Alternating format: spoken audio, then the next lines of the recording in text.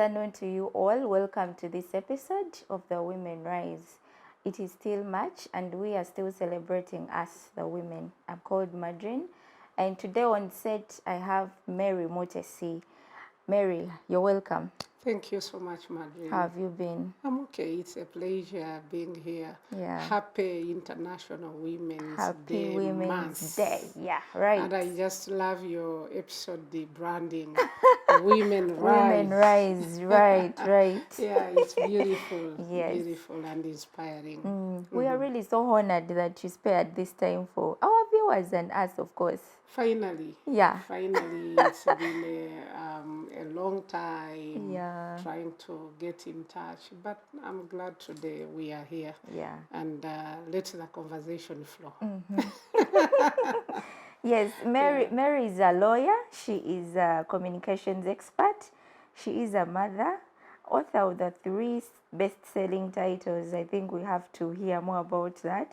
She is a conference speaker and 2023 award winner for the Intercontinental Orator and Academic Presentations for the International Conference on International Relations on South-to-South Cooperation.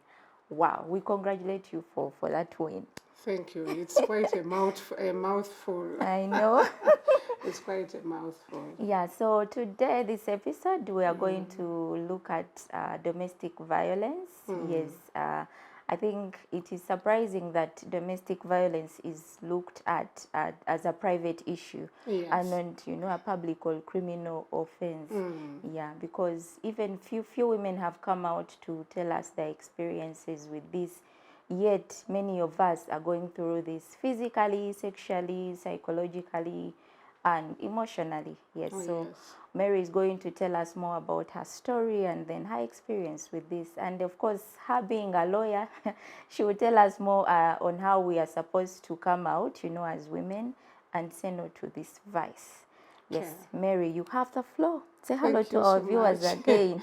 Thank you so much. Yes, I'm all those traits. And I should begin from a point that to a woman, it's not the best of the best. It's not the cream de la cream of where I would want to be. Yes. But even to be able to scale through, navigate through society to get those different descriptions of who I am, it's been a struggle. Yeah. And also allow me, Madreen, start from a point where I should say that domestic violence or violence against women is not only limited to the grassroots women. Right. There is a different kind of violence that elite women go through, that you, the professionals, go through. Even know. We meet these things time and again at our workplaces, in society, in the different institutions, even marriage. But sometimes it is difficult to come out and speak out because there is a stereotype, there is a society connotation on coming out to speak out. It is right within even the traditions of society. As Baganda say, ebyomunju tebitotorwa. So you die silent in there. You go through all these. And I think in latest times, in the contemporary times, that's why there is a big talk about mental health, mental health issues. Because some of these difficult things and gruesome, real harsh things, conversations that people have never had. You even speak it and someone is like, are you just narrating it in Nigeria or is it real? And most especially with you people with all these titles, people in the corporate world, the women in the corporate world. Oh, yes. We've not seen many come out to tell us about their experiences. Oh, yeah, because we are bent into this image saving. It's a social media era. We want to portray that all is well. All is well. When we project those pictures out there on social media, we project the high times, the high moments. You're in a hotel somewhere, you're in a conference, that day when you have your best hairstyle as a woman. We show people that they are bad hair days. Where you have that funny scarf over your head, where you have a wig, where even you're not putting on anything and you've just done vututua. Yeah. So there is an image we project out there. And what's that causing is that we are making the young generation think that that's how life is. And many of them are getting into traps that we should have spoken out. They should have related to our stories, and they would be able maybe to be empowered to also fight their way through. We've had many instances of domestic related murders. Women killing men, men killing women. Some people, the killing is even not physical, but it's a career death. Career death. And maybe I'll start from that point. Personally, I was a girl, I think of about 22 years, while I was still at university, coming from a village somewhere in Ibusoga. I should admit that my admission to university was the first time actually I'm seeing the Kampala city. I was that naive. Okay. I would read about Kampala city as any other city. And so how was the experience first day in Kampala? The experience was interesting right from home. I went to a salon, made that special hair that should enter the city. Of course, I got burnt by cream. You wanted a nice hair. Yes, and then from there, when I was staying with my auntie in Jinja, when she was preparing me now to come and check on my admission in Makerere, if I was admitted for what course and all that, she dressed me up.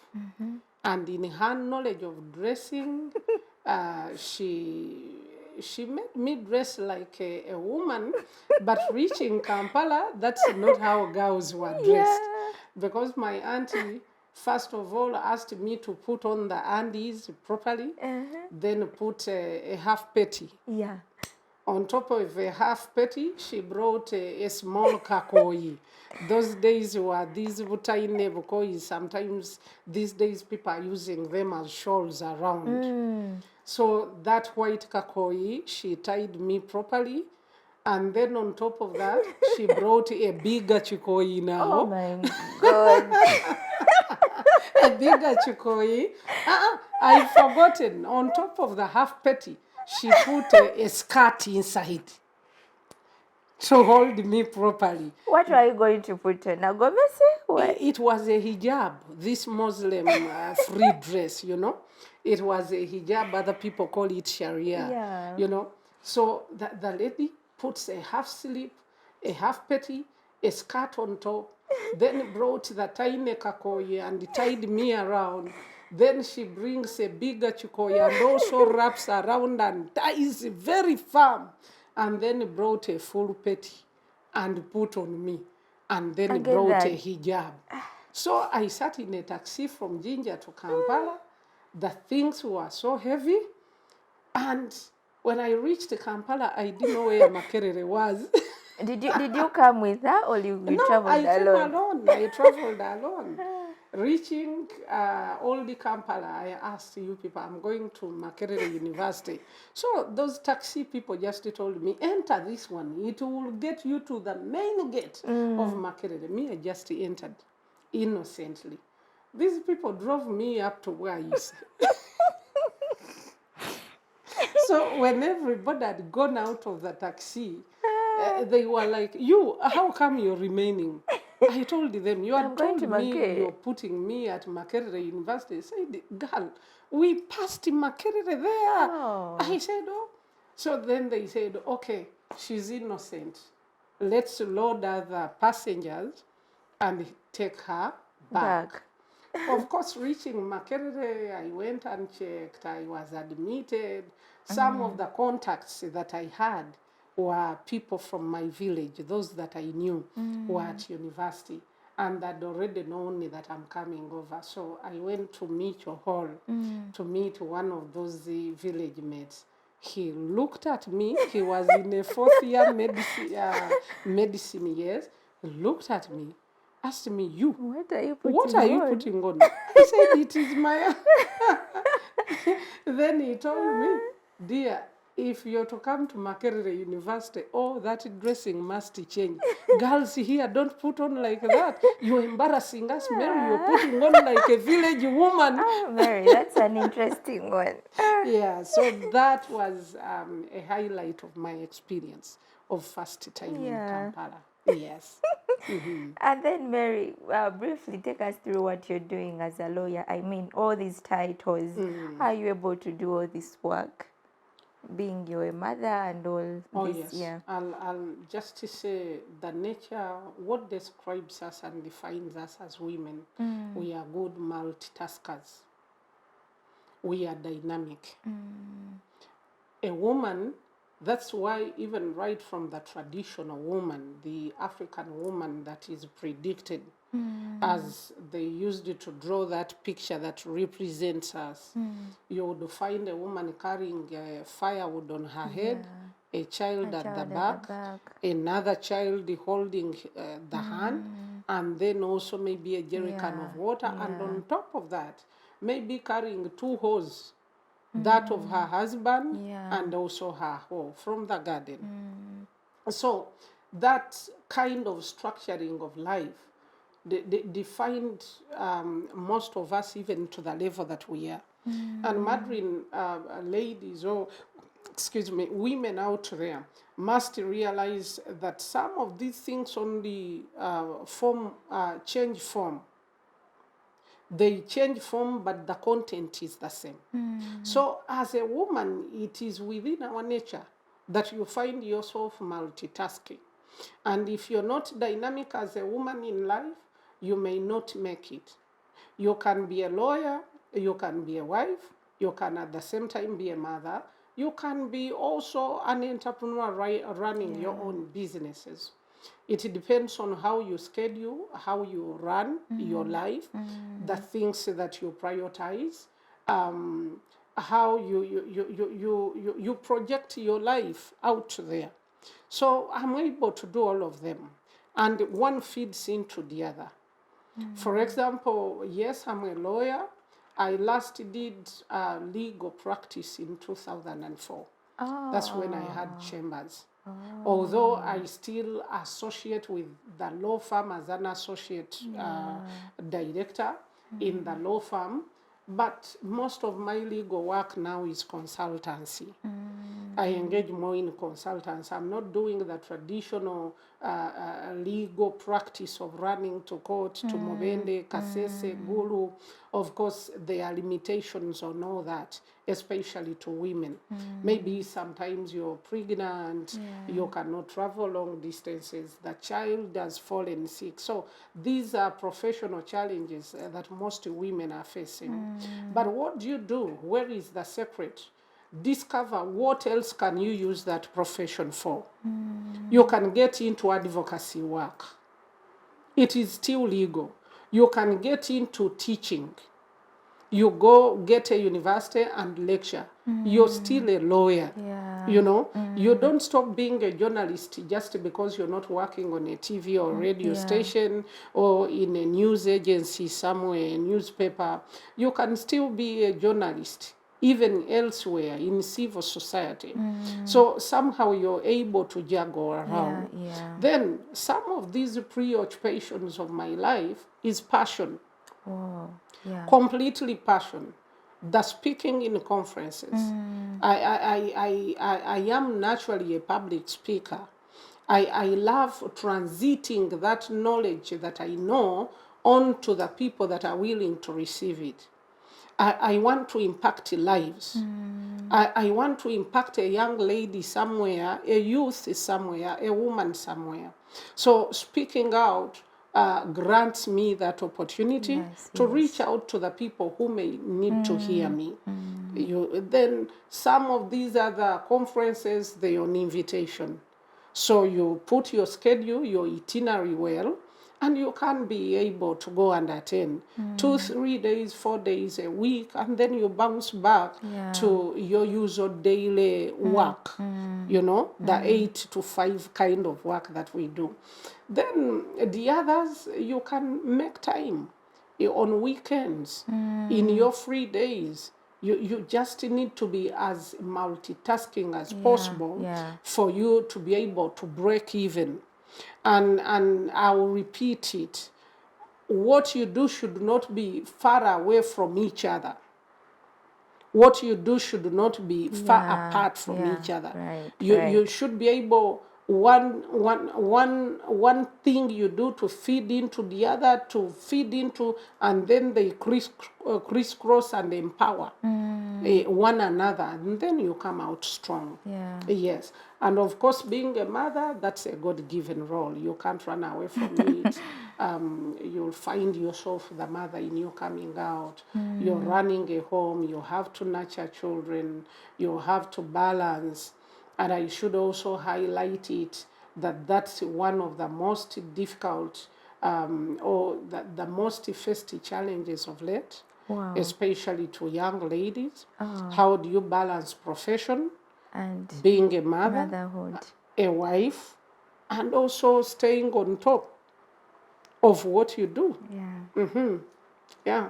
So that's a challenge. So you just have to willingly give yourself out there, plan your life well, schedule your life well, shelve off some of the things that are of less value to you, and then you pick your cards well and you move. And then you have the 3 best-selling titles. You're an author.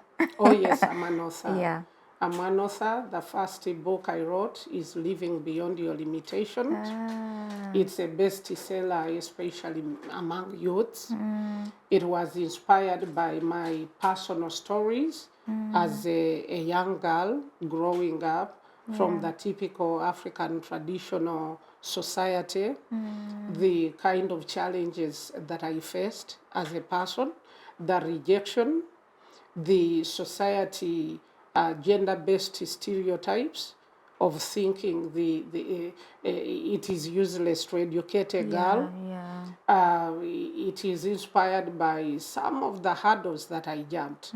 I'll mention for the benefit of our viewers that I twice survived being married off. First time at 13 years of age, and second time at 16 years of age. My God. I was from this very conservative Muslim family. My father and my mom produced 13 children. Only a boy. There was only one boy, and the rest of us were girls. So we grew up in an extended family of rejection. My mother faced it. We faced it. Everybody felt we were useless to the extent that we were banished out of the ancestral home. And then my father was forced to go and buy elsewhere. Just because we were girls, people thought we were very useless. We have no value. That conservative African stereotype and attitudes. It's only thanks to the new theories, I should say, or notions or paradigm shift in the academia and activists that really advanced a girl education, women empowerment, speaking about it and advocating, then putting in place policies, structures, and laws that help us to get to that affirmative action.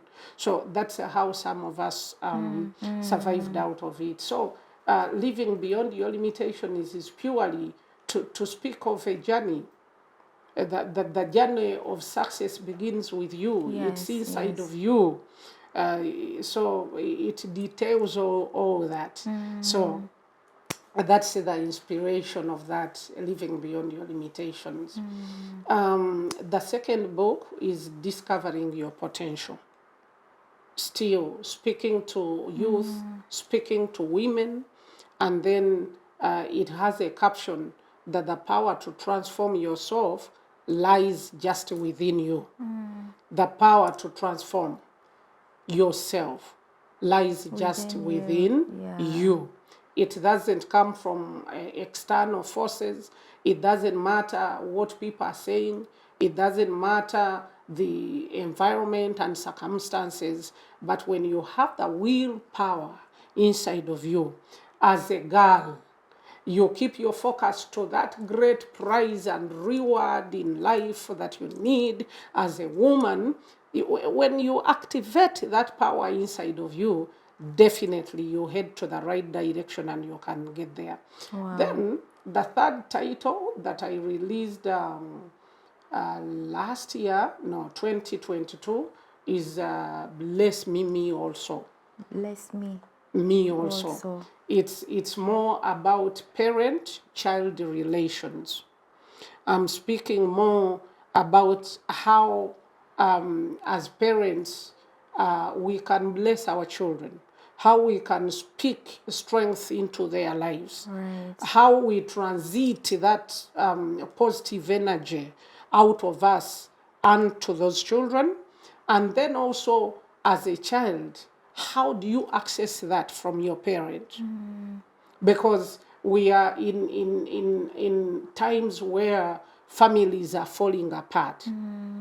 Families are falling apart. There are a lot of notions and theories about life. Some people have fallen out with their parents. They even believe they don't need them. But there is something that was hidden inside a parent that one needs to access. You know, many of us, we are who we are partly because of the blessings that proceeded from the mouths of our fathers, of our mothers, and it has a lot. It has to do with the child. That's why you see most of the vagabonds, I'm sorry to use that word, but the people that are disturbing society, when you trace their background, they fell out with the parents, they are a product of streets, they are claiming a stepmother tortured me, I did not want my father. And then when they fall out with these parents, they end up becoming a problem to society. So the real nurturing, the real formation of a human being, of a girl, even Baganda say, nti omwana omuwala asera na nnyina.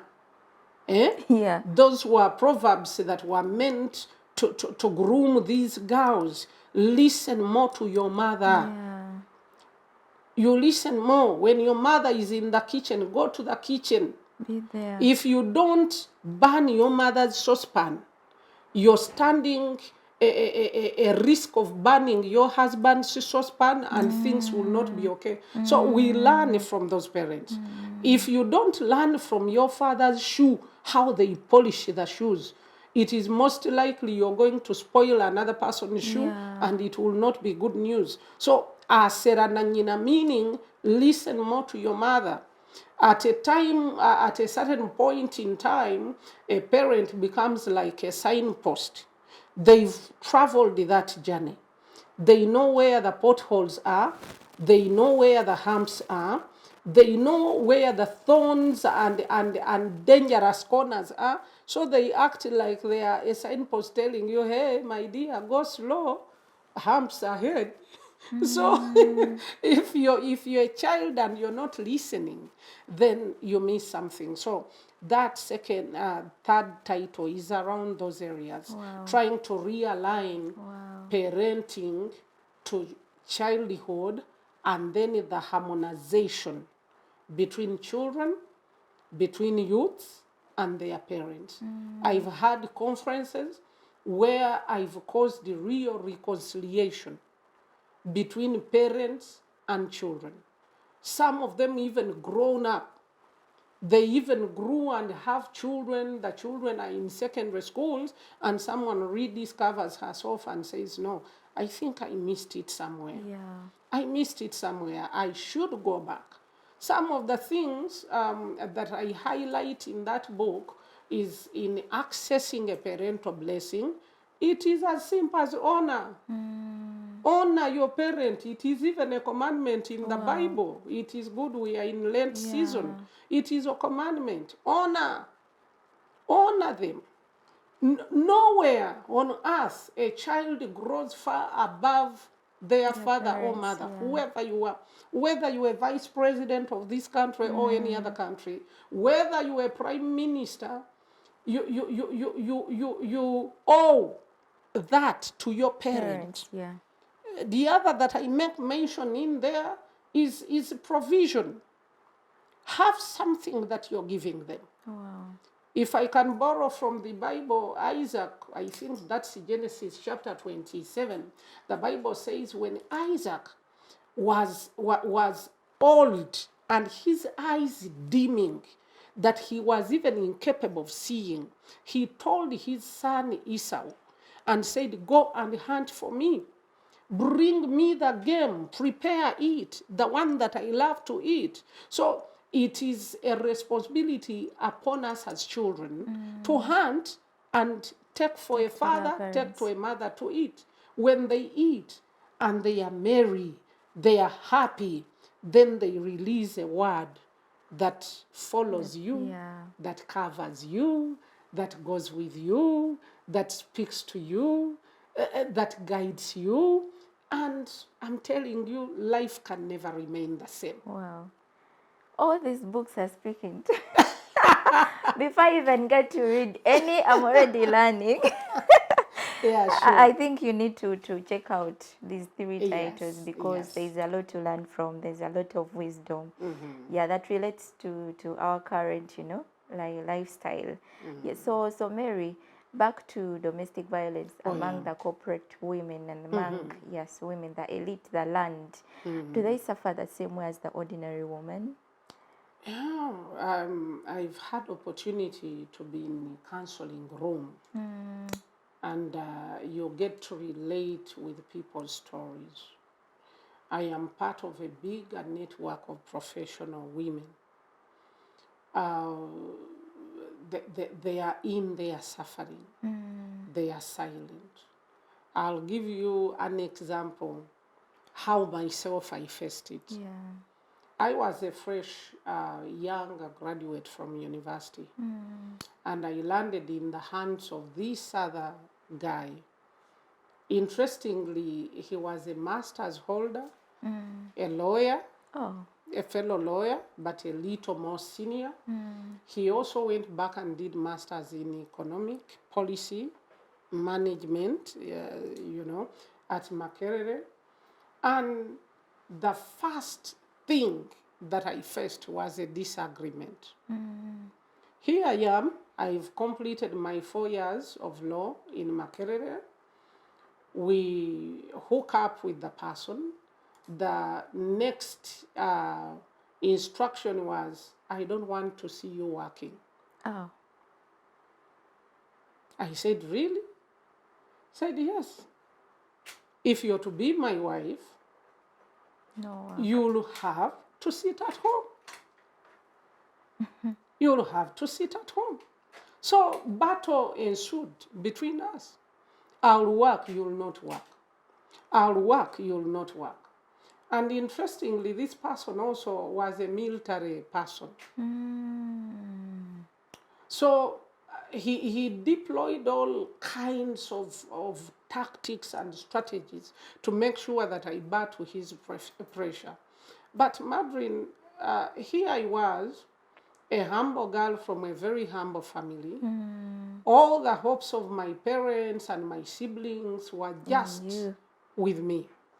And when I graduated, my mom, my dad got a sigh of relief and said, hey, now that she has completed, we pray that she gets a job so that she can come and Others, help us with her siblings. And to me, to be very genuine, I even didn't know that when you study their positions in life, these titles, I didn't know. I didn't know that there is a reward of money in your hands. Me naively, my study, my hard work, my commitment, my determination was about going back to help my family. Yeah. And that was my prayer. God, when I finish, when I go through this, when I graduate, when I get a job, I want to go back and help my sisters. Remember, we had suffered the rejection and the from home. from home because we are girls. So we had that determination. And our father and mom told us the only thing that will raise your value will be education. And he would sit us down and say, Bana bange, musome nnyo, mu maaso eyo, bano abazaala abalenzi bajja kubeegomba. And he would tell us an educated woman can be 10 times more valuable than an uneducated boy. So we captured that. And to me, the determination was I should finish, get a job, go back, help my sisters go through school, change home. You look at your father's grass-thatched house and you've moved around Kampala, gone to other people's homes. You discover they have very wonderful homes, and then it drops inside of you. You're like, when I get money, I'll come back and build my father a better house. You're looking at people having farms. You're like, I'll also bring a sengenge on this land. So the preoccupation was, how do I upgrade the life of my family? And maybe this is a message to the boy child out there, to the men out there. Some of these women, these girls that you're picking from university, you're picking from higher institutions of learning, you're finding in the corporate world, they are not rebellious per se, but they have an ambition and passion that has preoccupied them. And part of their rebelliousness, as people think, it is because they are burning to fulfill the other, the other call, the other ambition, the other dream about them. Some of them, honestly, have family burdens that they want to fulfill, and all they are doing is to say, please, I want to have my own money so that I go sort out my own baggage. I don't want. But because of misunderstanding, the boy child, the man, the other gender, will not understand. Will think because she's a lawyer, she doesn't want to bow down to me. Because she's a journalist, she thinks she knows a lot. Because she earns her money. Because she earns her money. But genuinely, we need to have these conversations so that we understand each other. These girls, these ladies, these corporate people who are braving the morning jam, traffic jam, who are sitting in those offices, honestly and sincerely have burning passions that are real and they are humanity related and social responsibilities that they have. And perhaps if she sat home, you'll not be able to meet all that. I mean, before you construct your house, she's telling you, my father needs an iron sheet house. My sisters, me, I had a chain of 80 sisters I had to put through school. Oh, yes. Starting on them, some of them from senior 2 through university. 8. 8 of them, a chain of them. Which man would carry that burden? So that was the first challenge I had. You're not working. And what followed after that is employment of tactics. How do I stop her from working? I mean, the man recruited the border stage, they won his payroll. When you see her getting out, follow her up to where she is. I'll never forget, thrice I went and got a job in Chambers in a law firm And before I completed the day, the man was there. He removed his one pistol from this side, another pistol from this side, entered directly to my boss's office, placed his pistols there, and bent on the desk and asked him, choose, make your choice. Oh. Between your life and firing my wife, what do you want? Really? The man said, my mother is sickly, she's old. My wife, I have a very young family. Please take your wife and go away. So you left the job? I left. I lost about 3 jobs. Oh. One time, this man even came for me at the airport. And I'm speaking these experiences good enough. My sister Sarah Viret was, we were working together by that time. She knows most of the things and she intervened in many of these things. And the man came for me. Said, you're not traveling out of the country. Oh my God. So you see the challenges, the hurdles, you know, you're starting right from your own house to get this resistance. One time, I sneaked out. He doesn't know how I applied for a job in the Ministry of Justice and became a state attorney. So this guy, daily, he didn't know how now he can stop me from being a state attorney.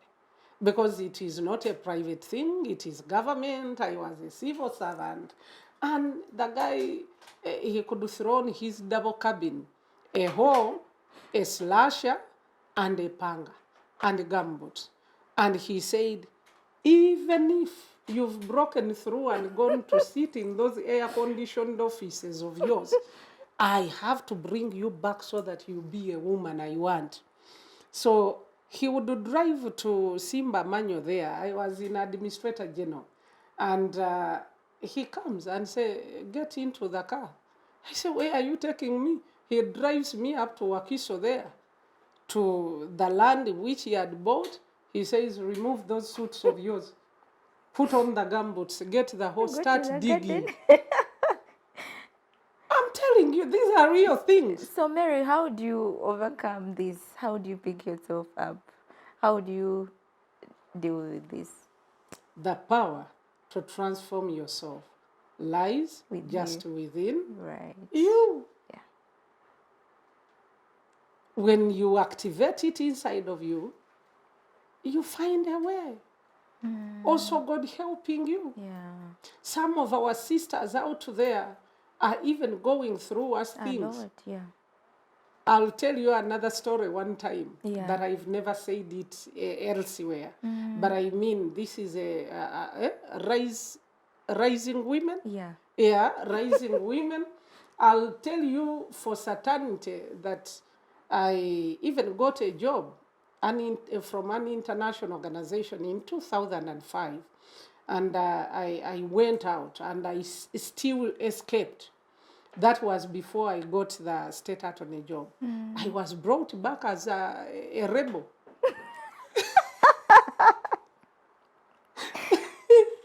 I was brought back as a rebel. Rio, even involving the government of Tanzania. Someone deploying all his soldiering and something skills and labeled me a rebel. And I was brought back. My release was negotiated from very high-profile people because I happened to be a friend with one of the ladies who was a wife to one of the people. And I called her. I said, my dear, tonight they are bringing me back as a rebel to Uganda. You know? God. So domestic violence is not only in battery, beating and harming you. Right. There is economic violence. There is psychological violence. When a man refuses to give a woman support to educate the children, to maintain a home, the welfare in that home, that's domestic violence, but in its true sense, it is economic violence. Yeah. It is psychological. So women are suffering. Many of us in the corporate world who have gone through the corporate, rather a little bit, we are not facing the physical punching. Yeah. There is that category, just as a man in China can kick and beat a woman. There are those who are going through it, even at our level. But for us, it's psychological, it is economical. He knows once he limits your dynamism in working, in making ends meet, he will have finished you. He will have finished you. And what do women need? Women need economic empowerment. Right. Economic empowerment. Okay. All right, Mary, as we come to the end of the conversation, it is really so sad that we are limited by time. But it is well. It is well. Yes, so it is Mary, a conversation. It will continue some right. other time. Yeah. So Mary, with your profession as a lawyer, finally, as we come to the end, how are you helping these women, mainly women who cannot even come out and speak? Yes. Sure. Number one is advocacy. The only way I can help my sisters out there is to engage on these media platforms with the policymakers through my work. I had an organization as executive director called AfriWeb, Africa Initiative for Women Empowerment. Okay. So in those, we do a lot of advocacy.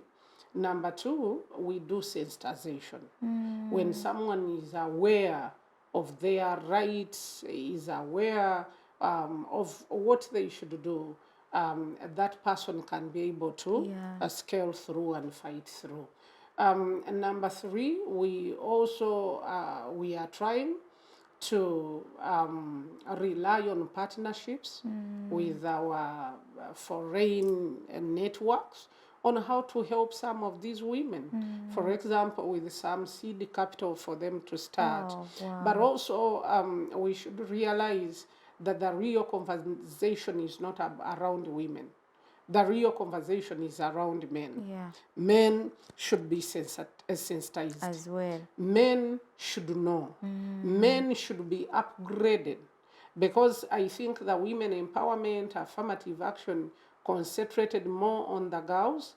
The boy child was left behind. Now the girls and the women have been upgraded to a certain level of thinking, mentality, attitudinal change.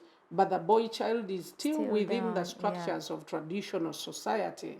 And we need to do a lot in sensitizing them. Because so it takes two. It takes two to tango. It should be a two-way. So different civil society organizations are trying. Personally, I even offer legal aid services to these women. Time and again, you'll find me at a police station. You'll find me before all these arbitration, platforms, trying to help these women, especially in the field of succession. Many of them orphans, you find they've been banished out of their father's property. The reason is that they are girls, they cannot take of their father's property, and then we come in to help them. I do a lot of these engagements on TV and radio to do sensitization, and through that, many people call in, and I offer free consultation to them. How I wish that I can grow it even bigger and expand and be able to go to rural areas for us just to do this. If we can do this, then there is light at the end of the tunnel. And we pray for you that you're able to reach the grassroots women. Oh, yes. Yeah. So, Mary, your last remarks? Yeah, my last remarks, especially to the women, we're on the right track. Whichever field that you are, if you're in business, please just go for it. Just go for it. If you're into these other professional lines like we are, also just go for it. And remember, society doesn't give you what you want on a silver plate. Yes. Yeah, you go for it, fight for it. Yes, we should look beautiful. I always speak to my friends downtown, those that are in business. I tell them, my dear, even when they say a woman is a weaker vessel, we are not weaker vessels to everybody. Yeah. We are weaker vessels only to our husbands. That's what the scripture says. To a husband, consider that woman as a weaker vessel. Now, you're not a wife to everybody. When you go out there, be a lion. Wow. Rise, woman, rise. Wow. Be a lion. Go for it. Do not do not try to be like Madreen here or Mary, to be in a high heel. Yeah. When you've gone downtown there, tie that lasso. You know, tie the lasso, put on slippers, put on the Crocs, run around, make a customer sit there, tell her I've gone to the store to bring the shoe the size you want, genda gisubule, komawo, ojimuguze, olieko omutwalo gwoba olukumirwo. Then, bw'onoddayo ewaka, shower, have my me time, put on your best makeup, and put on your best perfume. Wow. There is time to kuyiriba, and the time to sit and feel the queen that you are. And hey, remember, this is to the single mothers. If there is nobody to build you a palace, as a woman, build your own palace and be the queen in your own palace. What are you talking about? Wow. Make your money, go out there and shine. That is all I can tell you. Yes, be a lion, yes. Mary is an interesting person here. It's so sad that we are limited of time, but I hope we can reach out to her again for such conversations and advocacy against domestic violence. Thank you so much for always watching us. Follow our conversations on all our social media handles at Civic Space TV. I've been your host, Madreen. Bye.